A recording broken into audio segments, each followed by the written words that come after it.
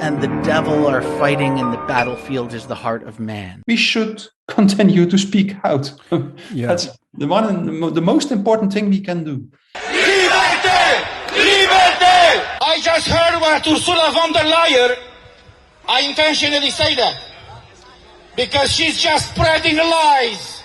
Early on, there was an intentional, very comprehensive suppression of early treatment in order to promote fear, suffering, isolation, hospitalization, and death. And it seemed to be completely organized and intentional in order to create acceptance for and then promote mass vaccination. You know, obviously it's hard when I have to say that as a vaccine developer, I am not fully confident about what's happened over the last 18 months. And I'm not the only vaccine developer in the world who is extremely uncomfortable right now. So you believe this is a premeditated thing that they were doing. So they realized that in order to get people enthusiastic about taking this vaccine, the best way to do that was to not have a protocol for treatment. It's not just my idea. Now it's completely laid out by the book by Dr. Pam Popper, the book recently published by Peter Breggin, COVID-19 and the Global Predators, We Are the Prey. I wrote one of the introductions. Dr. Leif Leet and Dr. Vladimir Lysenko wrote the other introductions. These books are basically nonfiction. They have 1,000 citations in the Breggin book showing how it was coordinated and planned. Now Bobby Kennedy has his book out, The Real Anthony Fauci. I'm the most mentioned physician in that book. I can tell you that if you want to find the evidence that Moderna was working on the vaccine before the virus ever emanated out of the lab, if you wanted to find the collusions and the operations between the Gates Foundation and Gavi and CEPI and Pfizer and Moderna and the vaccine manufacturers and the Wuhan lab and the National Institutes of Health and Ralph Barrick and University of North Carolina at Chapel Hill and how all this was organized. The Nazis didn't take informed consent. And as a consequence, a number of them were executed after the war for war crimes. If you want to see the Johns Hopkins planning seminar called the SPARS pandemic in 2017, where they had a symposium, people showed up, they wrote up their symposium findings, they published this. It says it's going to be a coronavirus.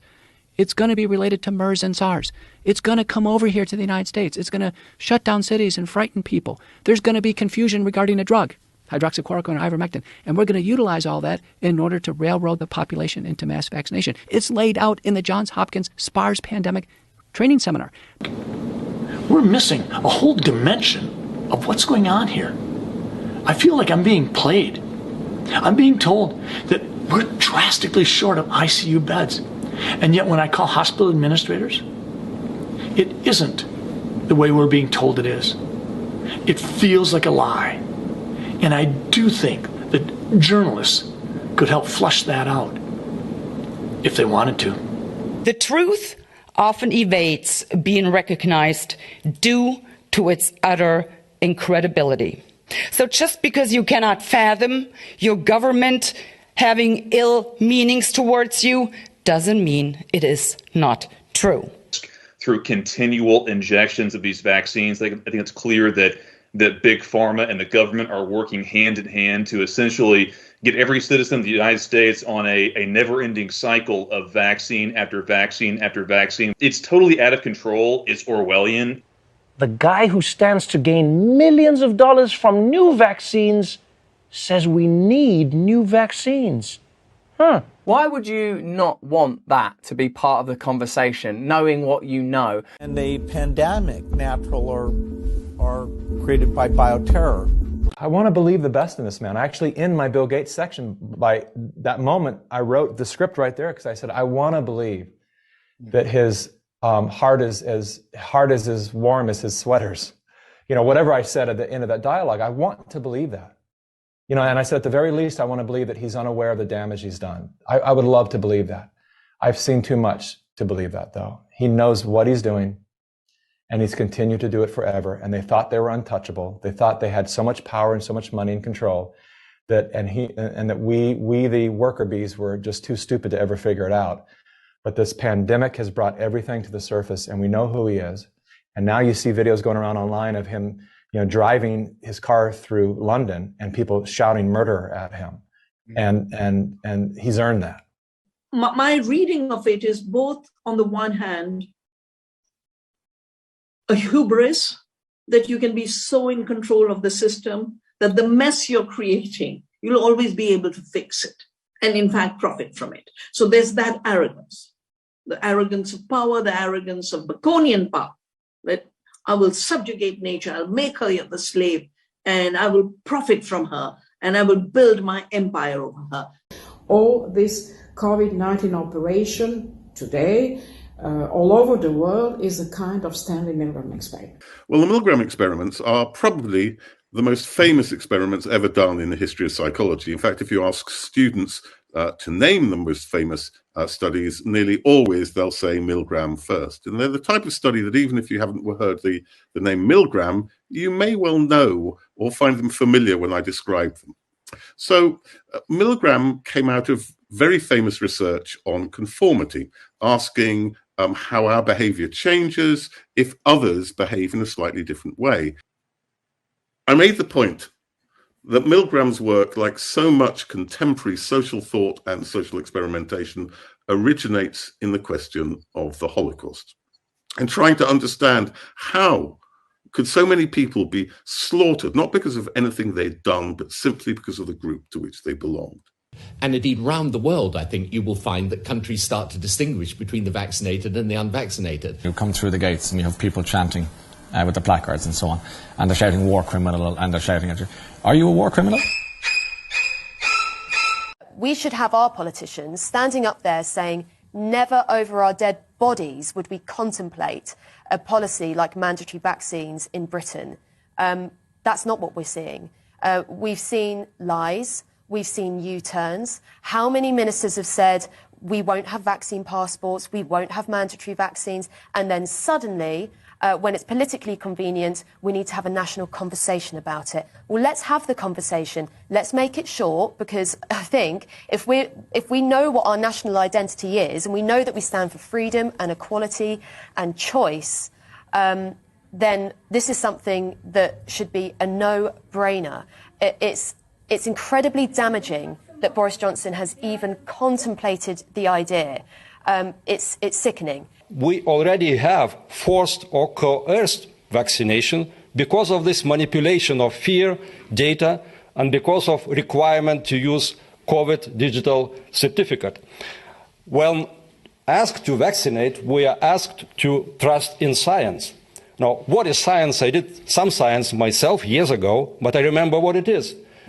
First of all, it's a scientific debate, open scientific debate. Now, where is the scientific debate on vaccination and other COVID issues, including the PCR test? I don't see any. Why? Because it's blocked. It's blocked in most of the media, and it's even censored on the global scale by some global networks. Senator Cruz told the Attorney General you should be prosecuted. Yeah. I'd have to laugh at that. I'm angry that members of this government could be so flippant, so callous, and so arrogant as to host not one, not two, not three, but 7 parties and then lie about it. The people who gathered for those parties and then laughed the morning after about what they got away with were in positions to know more than anyone else about what the government was saying behind closed doors. For whatever reason, they were evidently not afraid of each other, not afraid of condemnation for the rule breaking, and not afraid of COVID. And let's remember too that all of this fearlessness was there in the world of Christmas 2020, that world before the vaccines, whatever your opinion of them, were even available. I don't want to believe that we're inherently trapped in a world where, fascists and authoritarians will keep coming to power somehow, but throughout history, we can see dictators emerge, and they kill people, and then we stop them, and then we get comfortable, and then dictators emerge. So how do you convince people to pay attention? I think what people do not want to accept is exactly this. They do not want to accept that it happens again and again and again. And we, talking about sort of human societies, we who do not want it to happen, because a lot of people do, we need to fight it again and again and again. Therefore, the problem is that a number of people will say, oh, you are an alarmist because you're talking about Mussolini and Hitler and the concentration camps, or other people will say the gulags. And you are talking about all of that. And this is something that we've left behind in the past. It's not today. You are just sort of, living in the past. Well, Umberto Eco's view, which I think is what is happening now, is there comes a moment in your generation's lifetime, some people maybe have been lucky enough to avoid it, in which it's your turn to fight it. Because it is happening again. So what do you do? What do you say? And I think the answer is obvious, isn't it? You speak up even louder. And you tell those people that you will not be silenced. The most important thing, actually, the most important thing we can do in this situation is to continue to speak out. I repeat this time and time again. Mass formation is one kind of hypnosis. It's an example of hypnosis, and hypnosis works through the voice. I need to speak to you this evening because I'm afraid we're now facing an emergency in our battle with the new variant, Omicron. In one way or another, people are grasped in the resonance of a voice. That's what totalitarian leaders know. They start each day with 30 minutes of propaganda, for instance, just to keep people into the narrative and to make sure that they continue to resonate with the voice of the leader, or with the narrative that led up to the mass formations. So now we move on to the data on Omicron. And as you can see, whether you look at the absolute count or the percentage, this is going up incredibly fast now. To kind of put this into perspective, a funny story is a buddy of mine just called me last night, and he got diagnosed with the Omicron, the fated virus that we all need to lock down over out in LA. And I asked him, well, where did you get this from? He's not vaccinated. I was like, where'd you get it from? He's like, I got it from a girl who's actually gotten all of her vaccines. She basically got COVID only twice, but after she got the vaccines. Then I just say, oh, you know what? This is so effed up. This is so screwed up, man. I mean, you're telling me that it's the unvaccinated that are a danger, but you got it from the vaccinated girl, and her symptoms are stronger than yours. And I don't think the media has any interest of telling that story. Do not make the mistake of thinking Omicron can't hurt you. So, and the opposite is also true. Like if there are dissident voices, if there are dissonant voices that continue to speak out, then the hypnosis will become less deep. Gustave Le Bon in the 19th century said, usually dissonant voices will not have the power to wake up the masses, but they will make the hypnosis less deep, and they will prevent that the masses start to commit atrocities. We're launching the Omicron emergency booster national mission, unlike anything we've done before in the vaccination program, to get boosted now. And that's not a healthy relationship where a government tells an entire generic population, do this, do that, wear a mask, stay at home, use a vaccine. It's not healthy, and it's not medicine. It's something totally different. I just think that the media is an extension of the authoritarian, paramilitary, medical, tyrannical arm of the world right now, which is, use this pandemic as a means, whether they caused it intentionally, unintentionally, I don't know. By bioterror. That's just a typical crazy conspiracy theory. And that theory was demonized at first, that, it can't, come on, that's conspiracy thinking. This is not really necessarily a person acting on his own. He may be the richest man in the world, or the second, third, but he may be acting for the interests of a whole sector, economic sector, a very powerful one. And he may have been working at this or planning this for many years. We really need to go out and get that booster. Get boosted now to protect jobs and livelihoods across this country. Get boosted now. A lot of these people who are prime ministers or government officials, they may not even know this. In some cases they do, but not all of them. And therefore you may have someone calling, saying, we need to speak to you, there is this fear, and we need to do this because otherwise it will be seen like that. And this is all my experts say, I've been working on it for all these years. We have to do this, we have to do that. And at the same time, there may be other phone calls from straight, direct financial organizations. What's happening is Omicron is coming on the back of a still high rate of Delta transmission and hospitalization. Next slide, please. Do you trust any of these guys anymore? No, I don't trust these people. Obviously, if your viewers aren't familiar, my background is in specifically genetic engineering and molecular biology, specifically in immunological delivery systems like this.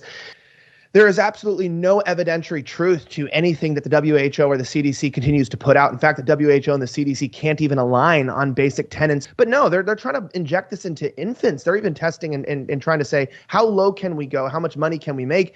You know, I have to ask myself the question, if this is about science, if this is about protecting the public, why are we using science as a noun and not as a verb, as in the science is settled, not science as a discipline of continual understanding? And why, if it's about science, is it leading to authoritarianism and lockdowns? I believe it's fully nefarious.